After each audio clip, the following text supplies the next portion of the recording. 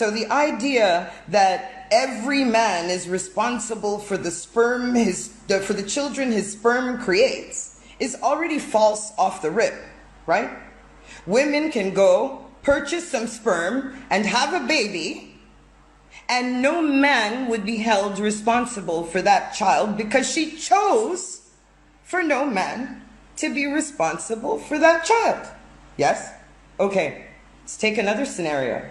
A woman can have a child, raise it alone all her life, decide when the child is 17, she wants child support for the last 17 years, and pursue it and win.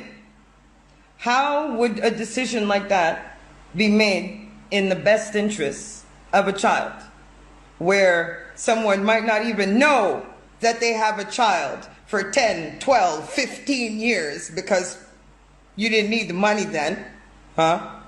But now that we've decided that we're going to pursue him, all of a sudden he's become a person who's been neglectful for 15 or 16 or 17 years. So once again, it is based on the choice of the mother, if at all she wants this man present, and when she wants to include him in this kid's life, right? So I don't see that as being something that's in the best interests of the child or of family in any kind of way. It leaves the choice totally up to the woman. If you look at reproductive rights, okay, so we say men can decide whether or not to have sex. Absolutely.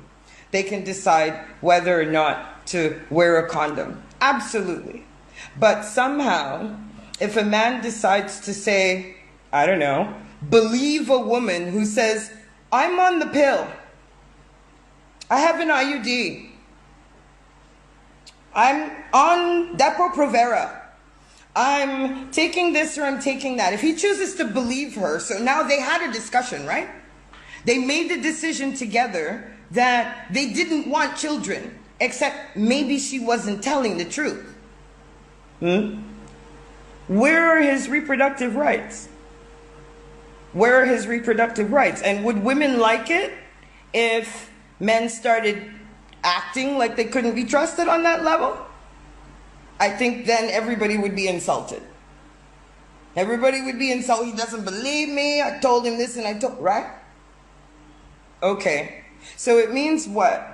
A woman doesn't have to depend on whether a man is telling the truth or not to protect herself from an unwanted pregnancy. A man, on the other hand, does. And it's naive to say, oh, just put on a condom. So should men who are married to their wives wear condoms because they don't want a kid and maybe their wife secretly does? Is that realistic? Should people in long-term committed monogamous relationships, what, they should start wearing condoms because a man can't be sure if the woman that he's with is telling the truth? Like, there's a clear disadvantage here, all right? So to pretend that the man has equal say in whether or not a baby is made is false, all right? It's just false. It's patently false. All right. So let's fast forward now. She's pregnant. All right. So if she decides that she doesn't want to have a baby, then no one is concerned about the best interests of the child. Yeah?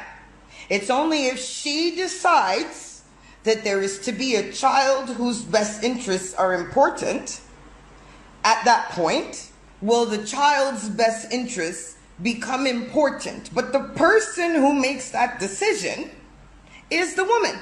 It's not the man. All right, let's fast forward now.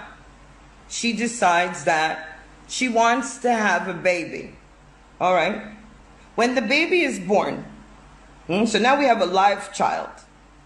And she decides, you know what? I want to opt out of parental responsibility. All she has to do is go to the nearest church, hospital, orphanage, social services agency say, listen, I don't want to take care of a baby, and hand it over.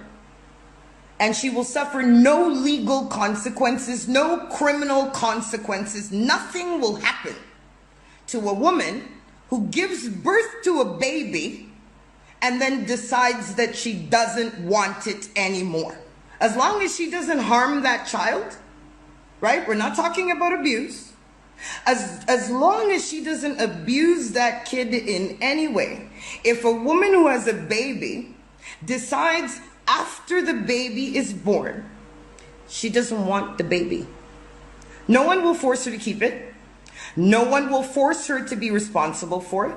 No one will force her to be financially responsible for it. No one will force her to send a check anywhere or to do any of that. She will be free at the moment she decides she does not want this child that she's had. She has the space to do that. Do men have that space? If a child is born and a man decides, I don't want a baby, can he do that without being the scum of the earth? Can he do that without being a criminal? No, he can't. Once again, if the woman decides that this child needs to have two parents, needs to have two responsible people, then she can make that happen. But if a man decides that that is the case, he cannot make that happen in either direction. He has zero options. There have been cases in the United States where children have been given up for adoption without their father's consent. Okay, so this idea that the forcing of child support, the arrangement of whatever visitation the woman decides on, however much she wants him to have, or however little she wants him to have, is about the best interest of the child. That's a lie. It's a lie. Because at the end of the day, if a woman decides she doesn't even want to tell a man he has a baby, there's no law that says she has to. There's no law in any state that says it's a crime to not tell a man that he has a baby. Right? So if a woman decides, you know what, I can raise this kid by myself, I don't need no man, my kid don't need no daddy, then all of a sudden the best interests of the child become that. The court will enforce nothing else. If she decides that the only role I want this child's father to have is one of an automatic teller, she can have that too. There's no law that speaks to the misuse or misapplication of child support, right? So ultimately, even how the money is spent, they don't care. As long as it's in the woman's hands, it's automatically in the best interests of the child. So once she is paid in the way she wants to be paid, the best interests of the child have been protected. What kind of retarded system is